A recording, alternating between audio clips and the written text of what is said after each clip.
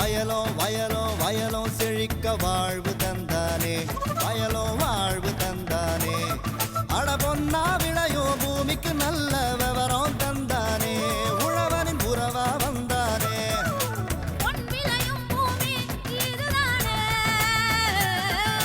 வயலும் வயலும் வயலும் செழிக்க வாழ்வு தந்தானே, வயலும் வாழ்வு தந்தானே.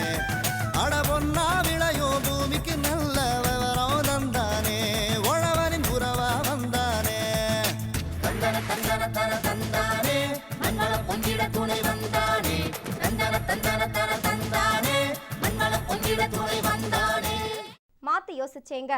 நீடித்த நிலையான கரும்பு சாகுபடியில் வெற்றி கண்ட விவசாயி வி முத்து விஜயன். இவர் மதுரை மாவட்டம் விராதனூர் கிராம விவசாயி ஆவார். பாரம்பரிய முறையில் வேளாண்மையை மேற்கொண்டு வரும் இவர் மதுரை மாவட்ட வேளாண்மை துறையின் வழிகாட்டுதலின் பேரில் கரும்பில் சொட்டு நீர் பாசனம் அமைத்ததன் மூலம் குறைந்த அளவு நீரை கொண்டும் உரம், களை கட்டுப்பாடு போன்றவற்றால் ஏற்படும் செலவுகள் இன்றி கரும்பில் நிறைந்த மகசூலினை பெற்று தன் வாழ்வாதாரத்தினை உயர்த்தி கொண்ட இவரின் அனுபவங்களை நம்மிடம் பகிர்ந்து கொண்ட போது,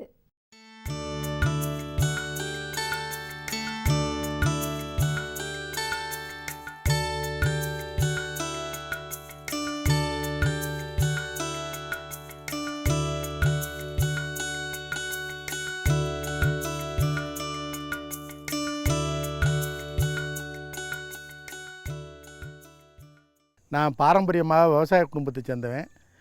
எங்கள் குடும்பத்துக்கு ஏறத்தாழ ஒரு 30 ஏக்கர் நிலங்கள் இருக்குது. ஒரு 15 ஏக்கர் கம்மாய் பாசனமும் ஒரு 15 ஏக்கர் மேட்டு பாசனம், கிணத்து பாசனத்தில் விவசாயம் பண்ணிக்கிட்டு வர்றோம். அந்த கிணத்து பாசனத்தில் கடலை, மிளகாய், வெங்காயம் இப்படி சாகுபடி பண்ணிக்கிட்டு வந்தோம். திருப்பரங்குன்ற வேளாண்மை துறையில் வந்து அடிக்கடி அவங்ககிட்ட தொடர்பு விவசாயம் நான் இருப்பேன். அவங்க கொடுக்குற பயிற்சிகளுக்கு அடிக்கடி போகிறதுண்டு. அந்த சூழ்நிலையில் ஒரு தடவை நம்ம வேளாண்மைத்துறை துணை இயக்குனர் அவர்கள் எங்கள் தோட்டத்துக்கு வர வேண்டிய நிலை இருந்துச்சு. அப்போ வந்து ஏன் நீங்கள் இந்த நீடித்த நிலையான கரும்பு சாகுபடியில் சொட்டு நீர் முறையில் நீங்கள் பயிர் செய்யலாமே, தண்ணீர் மிச்சமாகும், உங்களுக்கு எல்லா வகையிலையும் உங்களுக்கு சௌகரியம் ஏற்படும்னு சொன்னார். சரி அப்படின்னு சொல்லி அவர் சொன்னதை கேட்டு சொட்டு நீர் முறையில் கரும்பு சாகுபடிக்கு நான் எல்லாம் ஏற்பாடு பண்ணி நாற்று, அதாவது ஒரு கரணை 12,000 நாற்று ஒரு ஹெக்டருக்கு வாங்கி 5 அடி இடைவெளியில், அதாவது இந்த மில்லில் வந்து இப்போ இன்றைக்கி நவீன முறையில் அதாவது எந்திரத்தின் மூலம் கரும்பை கட் பண்ணி அனுப்புகிறாங்க. அதனால் எங்களுக்கு வேலையால் சிரமம் இல்லை, அதனால் நீங்கள் 5 அடி இடைவெளி வச்சு நடுங்க அப்படின்னு சொன்னாங்க. சரின்ட்டு அதோட இப்போ ஐயா அவங்க என்ன சொன்னாங்கன்னா, 25,000 ரூபா உங்களுக்கு இந்த நிலையான கரும்பு சாகுபடிக்கு கொடுத்தா 25,000 ரூபாய்க்கு நீரில் கரை நனைகிற உரம் கொடுக்குறோம்னு சொன்னாங்க. சரின்ட்டு அதையும் வாங்கி நான் முன்னாடியெல்லாம் கரும்பு போட்டிருக்கும்போது ஒரு 3 மாதம் 4 மாதம் வரைக்கும் கரும்பை வளர்த்து பார்க்குறதே பெரும்பாடாக இருக்கும். இப்போ இந்த நீரில் கரைகிற உரம் கொடுத்த பின்னாடி, அதாவது mono ammonium phosphate, potassium chloride, potassium nitrate, potassium phosphate, இந்த 3 உரம் கொடுத்துருக்காங்க. இந்த உரத்தை வந்து சராசரியாக ஒரு தடவை, ஒரு வாரத்துக்கு ஒரு தடவை 5 கிலோ வீதம் சொட்டு நீர் முறையில் நீங்கள் பாய்ச்சுங்கன்ட்டு ஐயா அவங்க சொன்னாங்க. அந்த முறையில் நான் பாசனத்துக்கு கொடுத்துக்கிட்டு இருக்கேன். இப்போ கரும்பு நல்ல முறையில் நல்ல வளர்ச்சியாக இருக்குது, பசுமையாகவும் கரும்பச்சையாகவும் நல்லா இருக்குது. சராசரியாக நாங்கள் வந்து முதல்ல நேரடி பாசனம் பண்ணும்போது ஒரு 40 டன்னு தான் ஒரு ஏக்கருக்கு கிடைக்கும். இப்போ ஒரு 60 டன் வரும்னு நான் எதிர்பார்க்குறேன். இதனுடைய கணக்கு பார்த்து நம்ம ஓரளவு கணக்கு பார்த்தாலும் ஒரு 50,000 ரூபா வரையிலும் ஏக்கருக்கு மிச்சப்படுற மாதிரி ஒரு நிலை இருக்குது.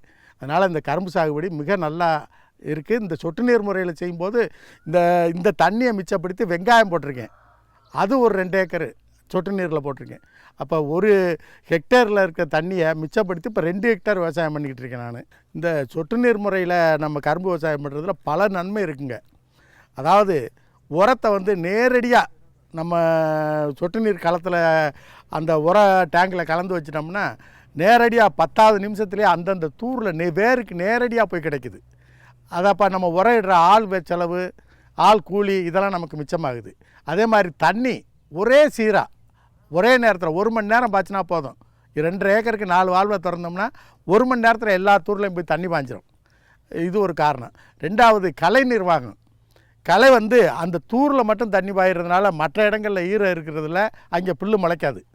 அதனால் களை கட்டுப்பாடு, நமக்கு வேலையாள் கூலி செலவு ரொம்ப பாதிக்கு குறையும். இது ஒரு விஷயம் சார். 2வது மண்ணினுடைய தன்மை. இப்போ தண்ணியை வந்து நம்ம நேரடியாக பாய்ச்சும்போது அதிகமாக தண்ணி வாஞ்சி அது காயும் போது இறுகி காற்றோட்டம் வேருக்கு காற்றோட்டம் இல்லாமல் பண்ணிடுது. இந்த சொட்டு நீர் முறையில் தண்ணி பாய்ச்சும் போது மண் பொலபொலப்பாகவும் வேருக்கு காற்றோட்டமாகவும் இருக்கிறதுனால அது உரங்களை வேகமாக கிரகிச்சுக்கிறதுக்கான ஒரு வாய்ப்பு கிடைக்குது. அதனால் இந்த சொட்டு நீர் முறையில் விவசாயம் பண்ணோம்னா நமக்கு நல்ல லாபம் இருக்கும். நீங்கள் வேளாண்மைத்துறையை அணுகி இந்த நீடித்த நிலையான கரும்பு சாகுபடிக்குரிய மானியத்தை பெற்று பயனடையுமாறு கேட்டுக்கொள்கிறேன். மேலும் விவரம் பெற வி. முத்துவிஜயன் அவர்களை 09835380360 என்ற கைபேசி எண்ணில் தொடர்பு கொள்ளலாம். இனி வருவது வேளாண் ஆலோசனை நேரம்.